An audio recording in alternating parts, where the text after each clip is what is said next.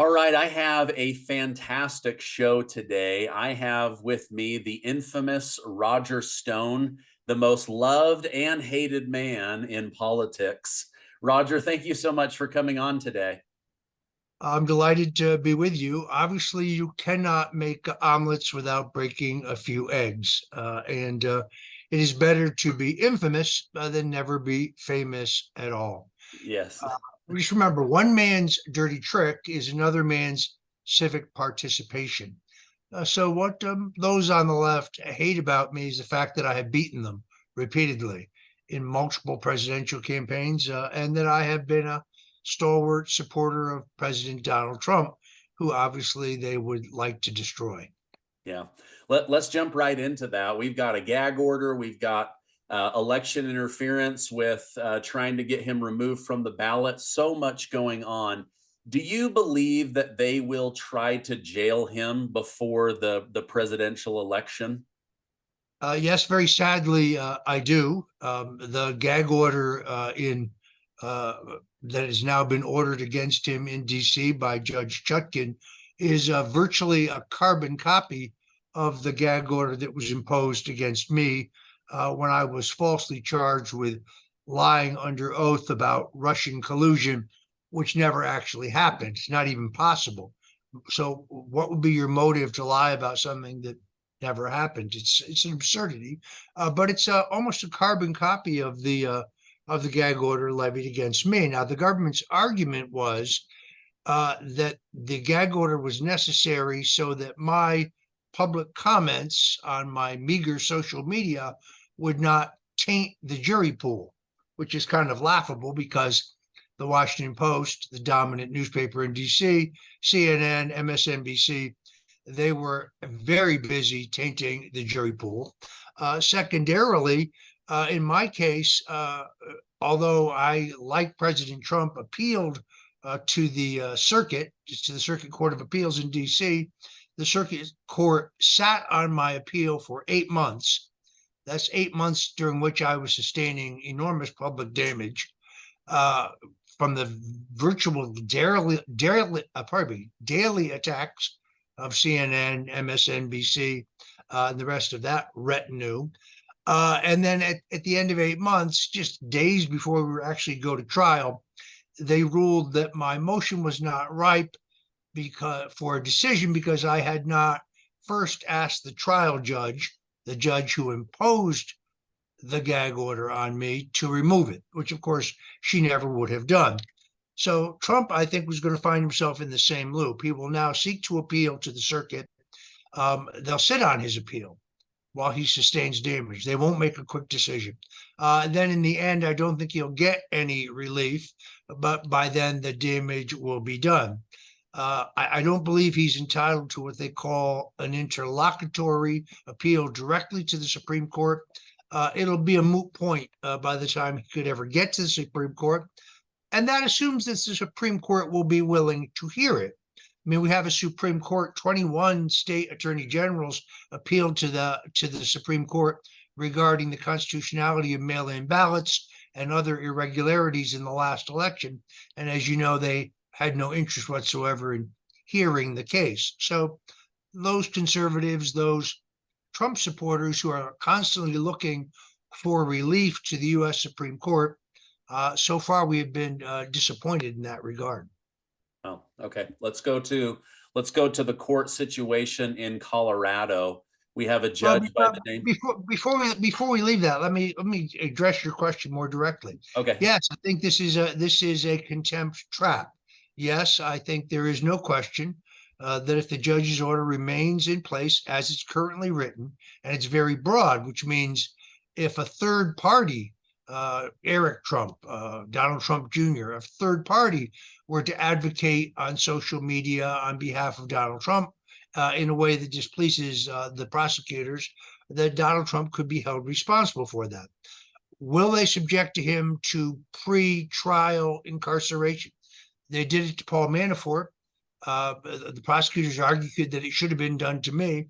I don't know why they would not do that. So, yes, I pray against that every night. I pray to God that they don't do that, but it's entirely possible. Okay. So over in Colorado, they're trying to remove Trump off the ballot. This judge, Sarah Wallace, has said that she upholds the law and has the ability to remain unbiased, even though she's admitted to not liking Donald Trump. She's donated to Democrat politicians for years. She's donated to an anti Trump January 6th PAC and even donated to a committee to remove Republicans who supported Donald Trump after January 6th. Is she going to be able to remain unbiased? And is Trump ultimately going to be removed from the Colorado ballot? Well, first of all, I think it's important to understand the case, to understand how absurd this is, because in order to be constitutionally unqualified to be on the ballot, or I should say eliminated from the ballot, one would have to be convicted of sedition, convicted essentially of seditious conspiracy. There's no such conviction. So the action brought against Donald Trump in Colorado is based on someone's opinion. The Secretary of State, in their personal opinion, believes that Trump is engaged in illegal activity that would be treasonous, insurrection in this case, that would make him ineligible to be on the ballot. Well, that's the great thing about America. The Secretary of State's entitled to have their opinion, but there is no judicial finding that he is guilty of that potential crime. In fact, he has not, at least so far, been charged with that crime. That is one of the fundamental flaws in the case. The other one is that the qualifications to be president are enumerated elsewhere in the Constitution, and I think they would take precedence over this. But get ready, because this is just the one of the beginning of a series of these motions in various states where the Democrats control the election machinery. In this case, the judge has to make a judgment based on no court decision as to whether Trump is guilty of this crime in order to have a basis to remove him from the ballot. Why would we trust her to do that based on her overwhelming evidence of hostility to Donald Trump? But once again, she's going to, if she is not already, she will refuse to recuse herself.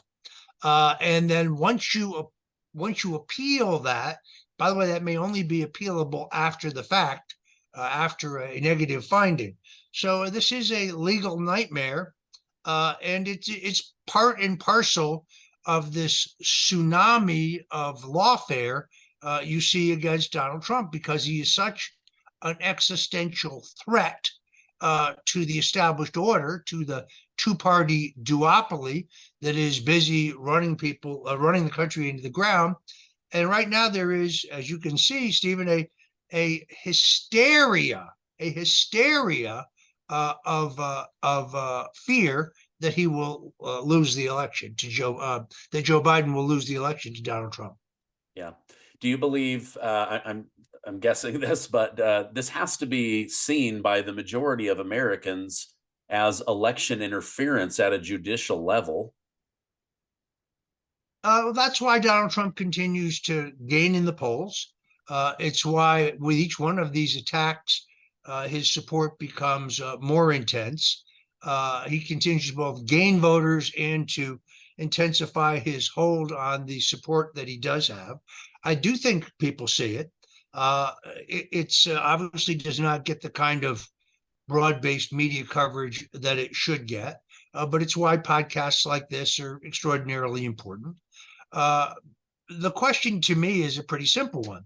If we have a free, fair, honest, transparent election, I think Donald Trump will win that election based on numerous factors. First and foremost, the fact that the current administration is trying to sleepwalk us into World War III. That is abundantly clear. Now we are talking about a two-front war, one in the Middle East, one in Ukraine. The horrific impact of Joe Biden's domestic policies, record prices for gasoline, record levels of inflation, 76% increase in the cost of basic groceries.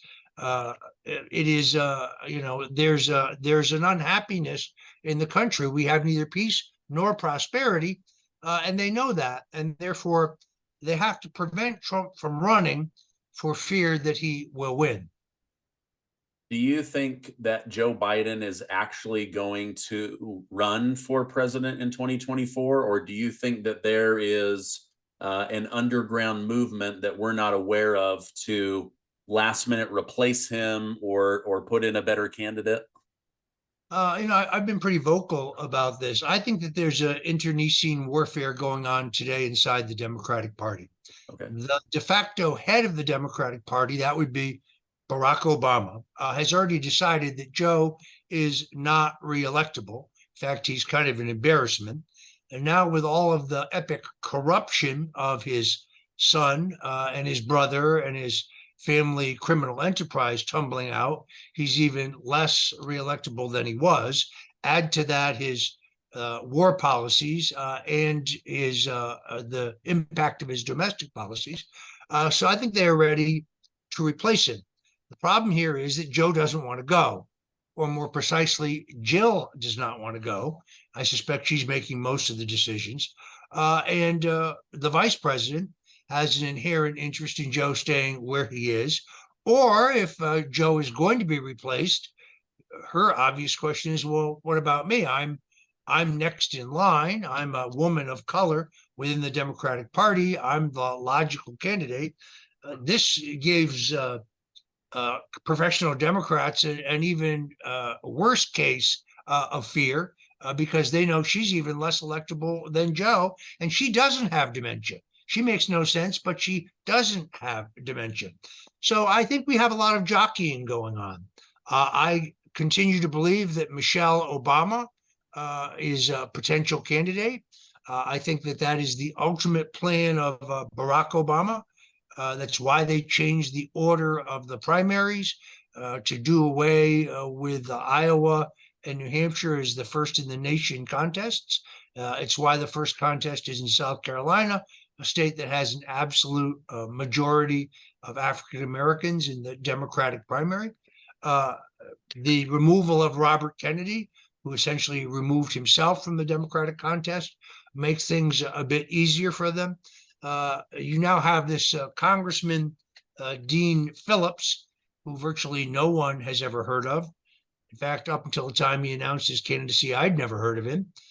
He's dreaming that it's 1968 and that he is Eugene McCarthy and that Joe Biden is President Lyndon Johnson, an extraordinarily unpopular incumbent.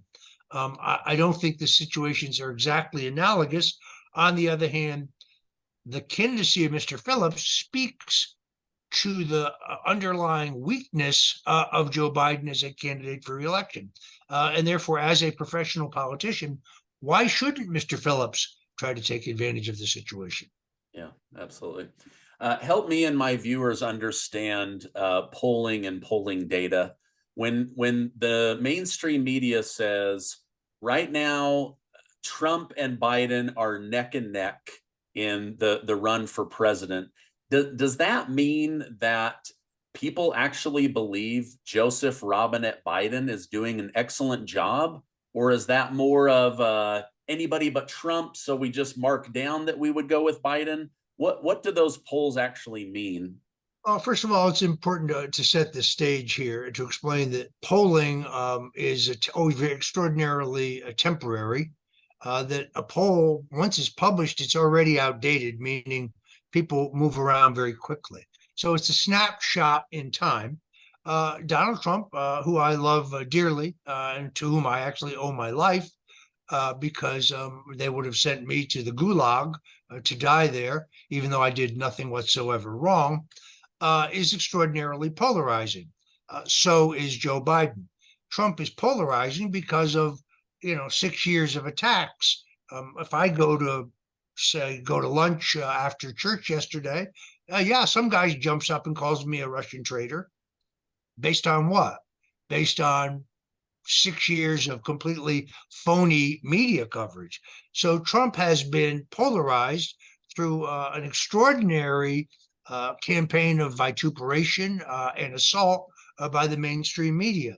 The fact that he is leading in most polls, narrowly, leading in the swing states, leading overwhelmingly in the Republican contest, speaks not only to his political resilience, but also to the success of his policies. Under Donald Trump, we had unprecedented peace and prosperity.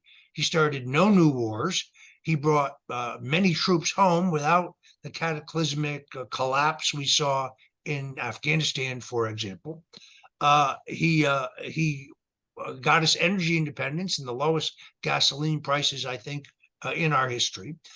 Inflation was essentially non-existent. Prosperity hit an all-time high in the sense that we had the lowest levels of unemployment among all Americans, Black, white, Hispanic, Asian, young, old, urban, rural, and so on. So I think people are beginning to become somewhat nostalgic for the Trump days, and he showed enormous resilience. Uh, Biden's vote, I think you put your finger on it. It's not so much a pro-Biden vote as it is an anybody but Trump vote. And I suspect any Democrat whose name you slipped in there would be in pretty much the same situation. Yeah. How does Trump overcome that? Is it just continuing to plead his case, or is it bringing in the right vice president to maybe cool things? And part of the country says, well, it'll be 4 years, but then possibly 8 years of this vice president. How does a vice president play a role in getting a president elected? Well, it never historically has. In fact, as Richard Nixon once told me, don't look for somebody who can help you. Just try to find somebody whose candidacy does not hurt you. Something I might add that Nixon failed to do twice in 1960 and in 1968. I don't think that is the answer. I think the answer, to a certain extent, is that Biden needs to continue the disastrous policies that are already set in place, in which they are, in which they have no intention of changing. Also, I think there is a substantial potential that this tsunami of lawfare against Donald Trump is backfiring, whereas people who started out not liking Donald Trump, but liking the effect of his policies, begin to have a sympathy for him. And then, frankly, the Trump campaign and the Republican National Committee need to do a much better job on election integrity. One of the great travesties is the fact that it's been 3 years and we've had no major state law changes in any swing state. So the table is set for the same kind of corruption and irregularities and anomalies that took place in the last election. Uh, Problems that the mainstream media continues to insist to this day never actually happened. And if you're crazy enough to say that, well, you must be a conspiracy theorist at worst, and at best, and an insurrection at worst. Think about what they're saying here. They're actually charging Trump with the crime of questioning the outcome of an election, which under the First Amendment, he has an absolute right to do. But their claim is that he lost, that he knew he lost, and that he sought in a conspiracy with others to hold on to power. I don't think he ever believed he lost. Doesn't matter who told him that he lost. Doesn't matter if the head of the CIA told him he lost. Doesn't matter if his own attorney general told him he lost. What matters in this legal case, and I'm not an attorney, but is the concept of mens rea, what was on his mind. I don't believe he believes that he lost. I don't think he believed it then. I don't think he believes it now. And that really is at the core of this legal assault on him. Yeah. Well, even if the CIA and the FBI and the DOJ all came forward and gave their best case, they all betrayed him. So why would you believe your enemies anyway? Precisely, given the fact that they were all in on the Russian collusion hoax. And by the way, there was no Russian collusion. This continues to be a falsehood. I see this every day on Twitter.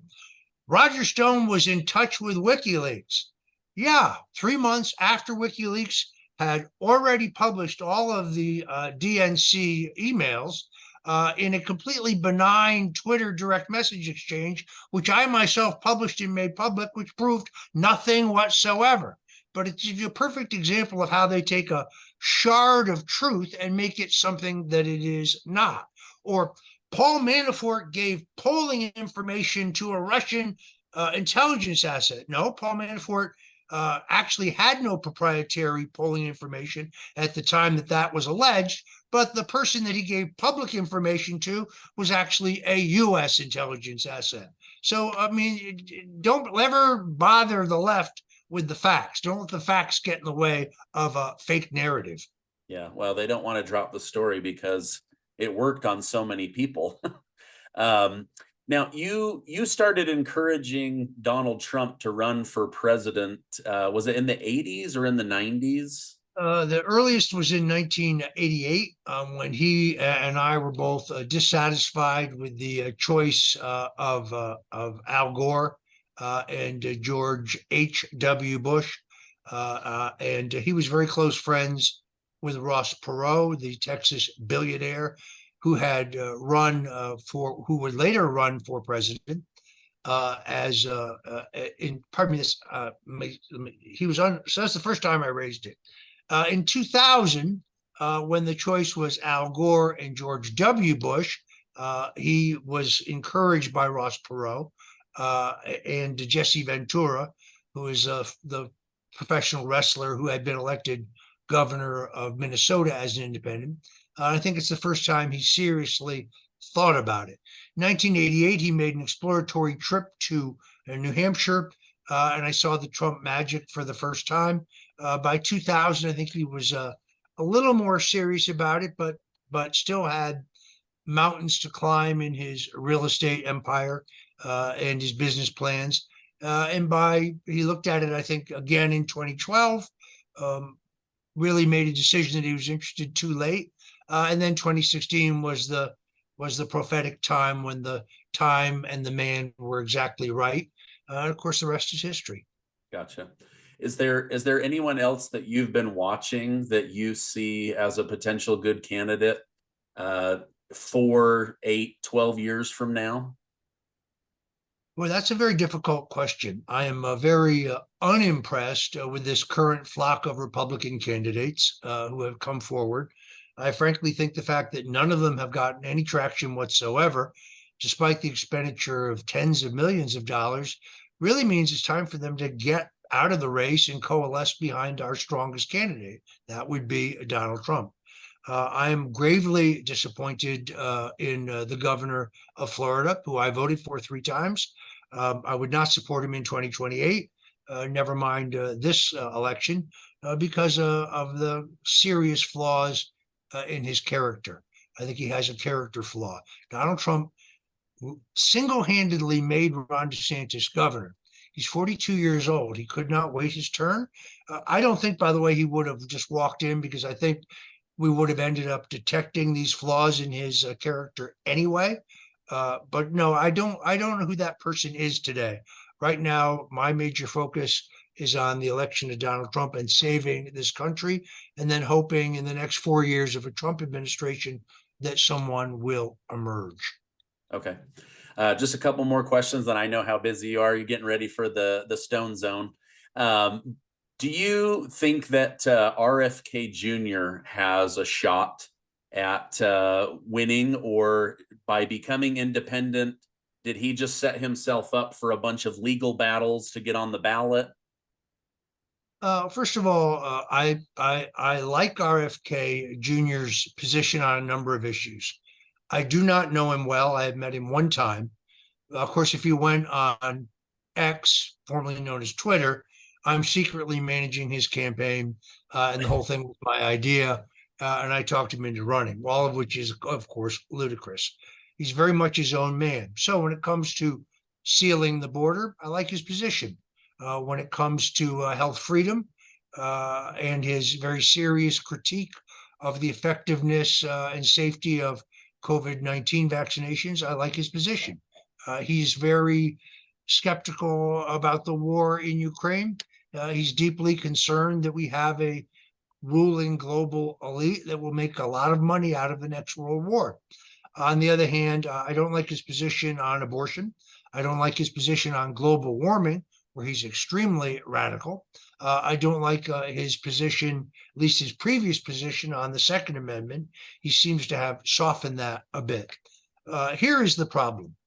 It is extraordinarily difficult to get on the ballot as an independent in enough states to win 270 electoral votes.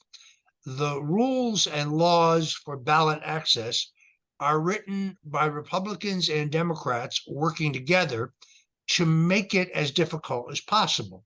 Therefore, the process is arcane, it is legally complex, it is expensive, it is manpower and resource extremely intense. And he, even if he were to qualify, he needs to be expected he will be challenged legally by either Republicans or Democrats or both, depending on the state, in terms of getting on the ballot. Here's the other key point. Pardon me. While running as an independent, you have to name your vice presidential running mate at the time you qualify for the ballot. He's now been in the contest as an independent for about a month, and he's not qualified for the ballot in any state. He's not filed for the ballot in any state, and he is not designated a potential running mate. So I think it is, we're jumping ahead here to say, oh, in a three-way race with Donald Trump and Joe Biden, who does he take votes from? Before you answer that question, let's figure out whether he's even going to be on the ballot in enough states to theoretically win 270 electoral votes. As much as I like his the uplifting, positive, unifying essence of his messaging, and I admire his energy, I'm still not certain that he will be a viable candidate at the end of the day. Okay, great. Thank you. I appreciate your analysis on that. Roger, thank you so much for coming on. If people want to follow you and continue to learn more, what's the best way to do that? They can go to stonezone.com. There you can get access to my daily show at stonezone.live. Also at rumble.com/Roger Stone. But you can go to the Stone Zone store for all of my books, my t-shirts. But I think stonezone.com will also take you to my WABC radio show, which airs from 4 to 6 o'clock every Sunday at WABCradio.com. Go to stonezone.com right now and check it all out. Great. Thank you so much. I appreciate you lending your time, and I hope you have a great rest of your day. Happy to be here. God bless you.